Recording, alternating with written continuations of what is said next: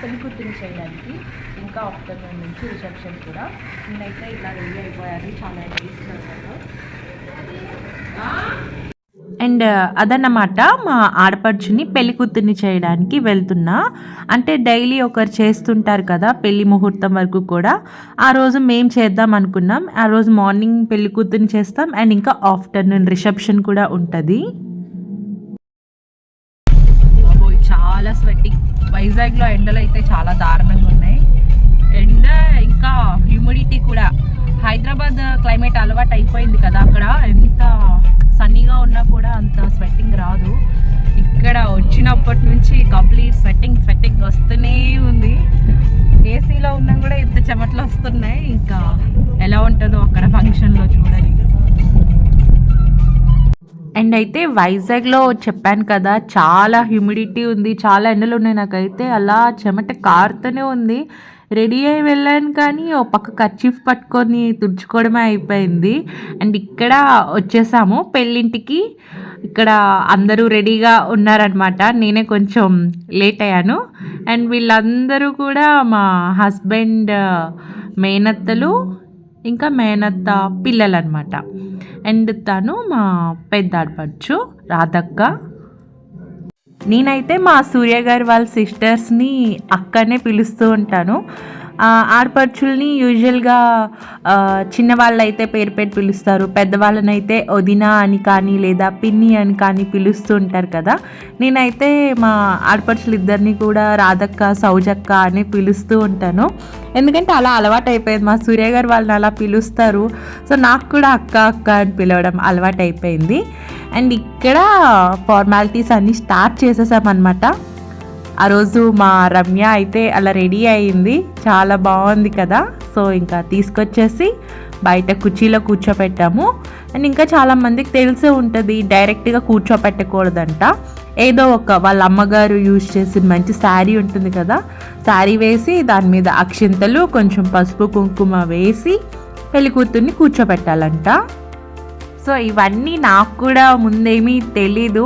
అప్పుడు అక్కడ వాళ్ళందరూ చెప్తూ ఉంటే విన్నానమాట. ఆ రోజు అదొక్కటే కాదు, ఇంకా చాలా విషయాలన్నీ కూడా తెలుసుకున్నాను. ఎందుకంటే చుట్టూ అందరూ లేడీస్, అందులో అందరూ పెద్దవాళ్ళే, అందరూ పిన్ని పెద్దమ్మ అత్త వరుసవయ్య వాళ్ళు ఉన్నారు.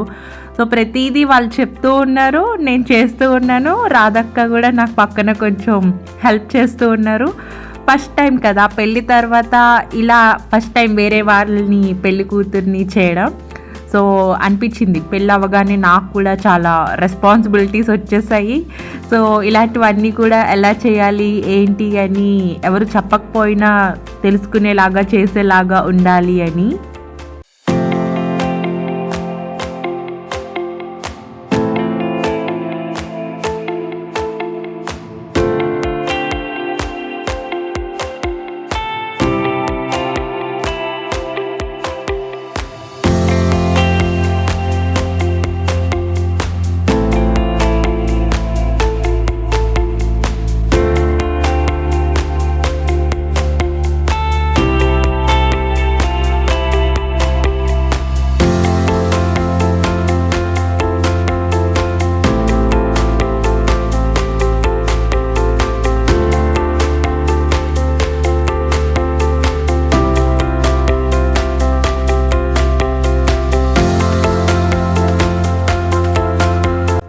నాకన్నా అన్నీ కూడా బాగా మా రమ్యకే తెలుసు అనిపించింది.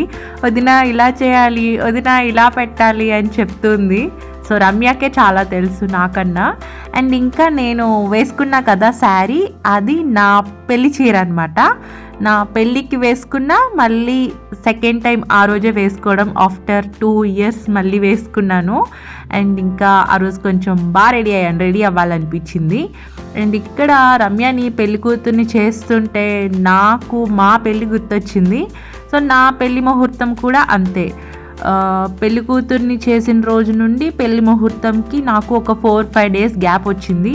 సో నాకు కూడా డైలీ ఇలా ఎవరో ఒకరు వచ్చి పెళ్లి కూతుర్ని చేసేవాళ్ళు అనమాట. ఒకరోజు మా మమ్మీ వాళ్ళ ఇంటి కింద అక్క రాజీ అక్క ఉంటుంది, అక్క పెళ్లి కూతుర్ని చేసింది. ఇంకొక రోజు అత్తమ్మ వాళ్ళ సైడ్ మా పెద్దత్తమ్మ కోడలు కళ్యాణక్క ఉంటారు, వాళ్ళు ఒక రోజు పెళ్లి కూతురు చేశారు. అండ్ ఇంకొక రోజు చెప్పాను కదా మా సూర్య గారి వాళ్ళ పెద్దనాన్న కూతురు అని పాప పిన్ని ఉంటారు, వాళ్ళు ఒకరోజు పెళ్లి కూతుర్ని చేశారు. ఇలా మొత్తం 4 days కూడా ఎవరో ఒకరు అలా పెళ్లి కూతురు చేస్తూనే ఉన్నారు పెళ్లి రోజు వరకు కూడా. బాగుంటుంది. సో లైఫ్లో అలాంటి మూమెంట్స్ మళ్ళీ మళ్ళీ రావు. సో పెళ్లి చేసుకున్నప్పుడే హ్యాపీగా ఎంజాయ్ చేస్తూ చేసుకోవాలి.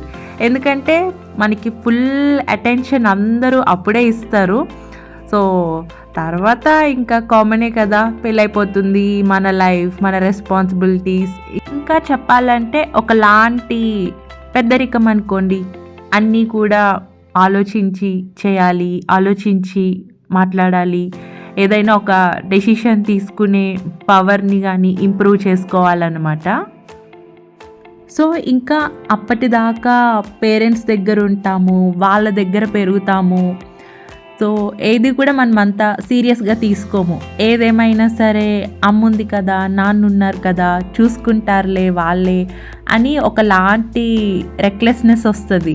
ఇంట్లో అమ్మ ఏదన్నా పని చేయమన్నా హెల్ప్ అడిగినా కూడా మనం చెయ్యం, చేసుకుంటుందిలే అని వదిలేస్తాం. కానీ ఇప్పుడు పెళ్లి చేసుకున్న తర్వాత నుంచి ఆ రెస్పాన్సిబిలిటీస్ అన్నీ కూడా మనం చేసుకుంటాం. అమ్మ హెల్ప్ చేయమంటే చెయ్యం, కానీ బట్ ఇప్పుడు మనం ఒక ఇల్లునే మెయింటైన్ చేయాల్సి వస్తుంది, ఇంటి బాధ్యతలన్నీ చూసుకోవాల్సి వస్తుంది. సో అలాంటి చాలా రెస్పాన్సిబిలిటీస్ ఇంకా మ్యారేజ్లో ఉంటాయి, అందరికీ తెలిసిందే కూడా.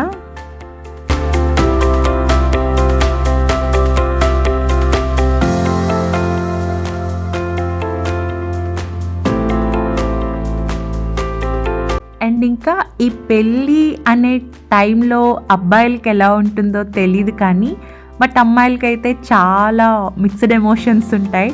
ఒక పక్క పెళ్ళవుతుందన్న హ్యాపీనెస్ ఉంటుంది, ఇంకో పక్క పేరెంట్స్కి దూరంగా వెళ్తామన్న బాధ ఉంటుంది. సో ఎక్కడికి వెళ్ళినా పేరెంట్స్ మనతో పాటే ఉంటారు కదా, కాంటాక్ట్లో ఉంటాం కదా అని అనిపిస్తుంది. అనుకుంటాం ఏముంది, మంత్లీ ఒకసారి లేదా ఇయర్లీ కొన్నిసార్లు చూస్తుంటాం కదా, మన ఇంటికి మనం వెళ్ళి వస్తూ ఉంటాం కదా అని అనుకుంటాం. కానీ మనకి తెలియని ఒక చేంజ్ ఉంటుందన్నమాట. సో అలా అమ్మాయిలకైతే చాలా మిక్స్డ్ ఎమోషన్స్ అండ్ ఫీలింగ్స్ ఉంటాయి. మన వారికి చాలా దూరంగా వెళ్తున్నాం అనిపిస్తుంది. వాళ్ళతో డైలీ ఫోన్లో మాట్లాడుతుంటాం, రెగ్యులర్గా వాళ్ళని చూస్తూ ఉంటాం, బట్ కనపడని ఒక గ్యాప్ ఆర్ డిస్టెన్స్ సంథింగ్ ఏదో ఉంది అనిపిస్తుంది. అది మాటల్లో చెప్పలేం.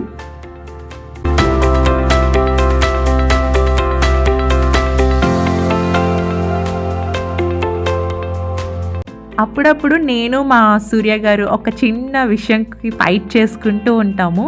సో అప్పుడప్పుడు నేనేమంటూ ఉంటానంటే, నేను పెళ్లి చేసుకొని మా పుట్టింటిని వదిలేసి వచ్చేసాను అని.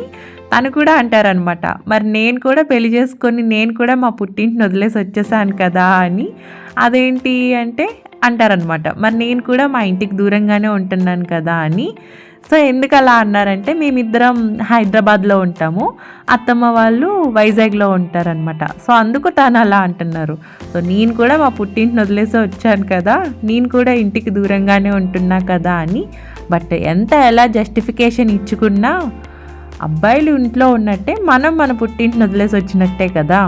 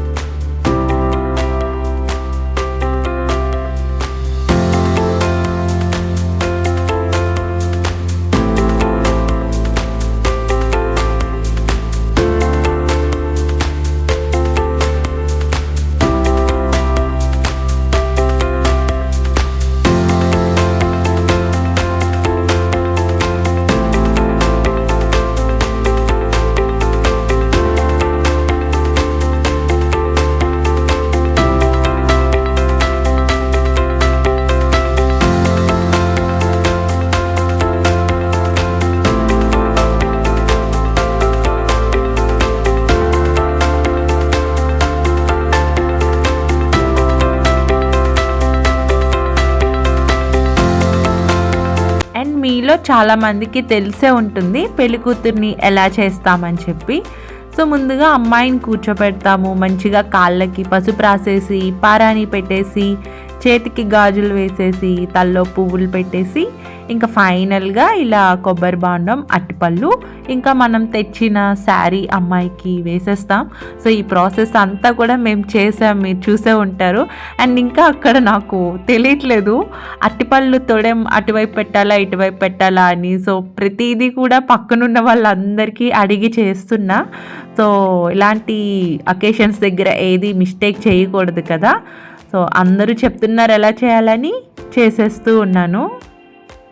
ఇంకా చాలామంది చెప్తూ ఉంటే విన్నాను, ఇలా పెళ్లి కూతుర్ని అదే పెళ్ళి నిశ్చయమైన అమ్మాయికి ఇలా పెళ్ళికి ముందు తనని పెళ్లి కూతుర్ని చేస్తే చాలా మంచి జరుగుతుంది, చాలా పుణ్యం వస్తుంది అని చెప్పి. సో మా రమ్యని పెళ్లి కూతుర్ని చేసే అవకాశం మా రమ్య నాకు ఇచ్చింది, నాకు చాలా పుణ్యం రావాలని చెప్పి.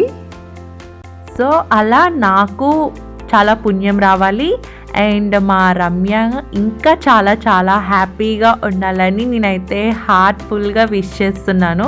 సో ఇక్కడ ఎలా ఎంత మంచిగా స్మైల్ చేస్తుందో ఎప్పుడు కూడా అలానే స్మైల్ చేస్తూ హ్యాపీగా ఉండాలని హార్ట్ఫుల్గా నేను చాలా విష్ చేస్తున్నా. అండ్ ఇక్కడ మా వారు వచ్చేసారు, మా వారికి చాలా ఇష్టం రమ్య అంటే. సో ఇలా వచ్చేసారు, తాంబూలం తీసేసుకున్నాము అండ్ ఇంకా అందరికీ కూడా తాంబూలం ఇప్పించేస్తాం. అండ్ ఇక్కడ మా సూర్య గారు రమ్యని ఆశీర్వదిస్తున్నారనమాట. నెక్స్ట్ ఇయర్ సేమ్ టైం కల్లా ఒక బాబుని ఎత్తుకొని వచ్చేయాలి అని చెప్పి.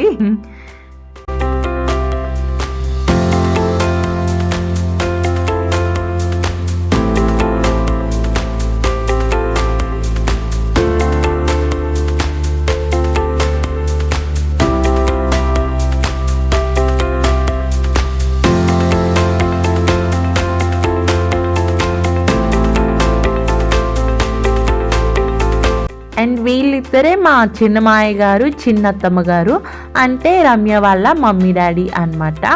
అండ్ ఇంకా మళ్ళీ నేను సూర్య గారు వచ్చేసాము, ఎందుకంటే స్టార్టింగ్ నుంచి ఫోటోగ్రాఫర్ అండ్ వీడియోగ్రాఫర్ లేరనమాట. మొత్తం వీడియోస్ అన్నీ నా ఫోన్లో తీసుకున్నా. అండ్ ఇంకా కరెక్ట్గా అకేషన్ ఎండ్ అవుతున్న టైంకి వచ్చారు ఫోటోగ్రాఫర్ వాళ్ళు. సరే ఎలానో వచ్చాం కదా ఫొటోస్ తీస్తా అని తీస్తున్నారు. అండ్ ఇక్కడ వీళ్ళు మా గ్యాంగ్, మా అత్తమ్మ ఇంకా మా పెద్ద ఆడపడుచు పిల్లలు, మా చిన్న ఆడపడుచు పిల్లలు అనమాట. సిరి, గీతు, హర్ష, వంశీ.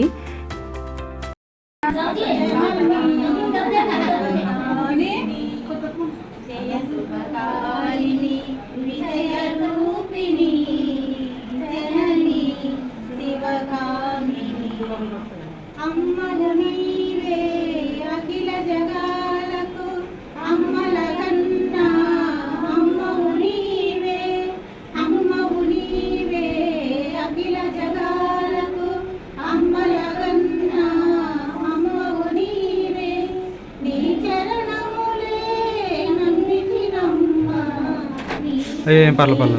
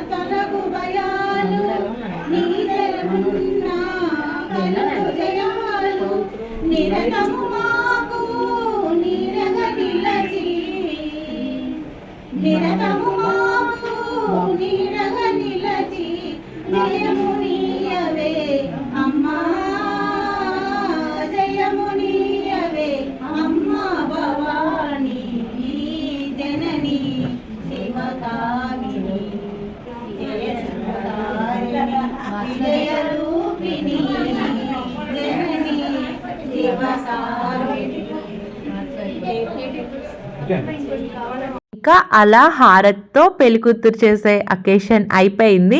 అండ్ ఇంకా మధ్యాహ్నం చెప్పాను కదా, మధ్యాహ్నమే రిసెప్షన్, ఇంకా మొత్తం రిలేటివ్స్ అందరూ కూడా వస్తూ ఉన్నారు. సో రిసెప్షన్ అయిపోయిన వెంటనే ఈవినింగ్ హల్దీ కూడా అయింది.